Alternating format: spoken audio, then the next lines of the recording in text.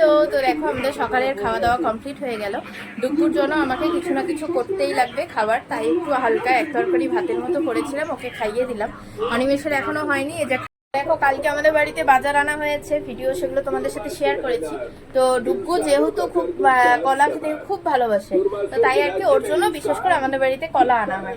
তো তাই ওকে বলেছি যে কলা ফ্রিজে রাখলে খুব একটা গন্ধ হয়ে যায়, ফ্রিজে যেটাই খাবার রাখো না কেন কলা আর পেয়ারা এই দু কন্টেনারে ঢুকিয়ে রেখে দিয়েছি, বললাম তুমি শুধু ফ্রিজে রেখে দাও।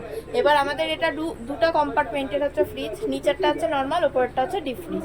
এবার ওকে ফ্রিজে রাখতে বলেছি বলে ও রেখেছে হচ্ছে ডিপ ফ্রিজে। কি করেছে কালকেই কেনা, লাল হয়ে গেছে বরফ, এখান দিয়ে মনে হচ্ছে কাশ্মীরে আছি আমরা। কি এনেছো? বাহ,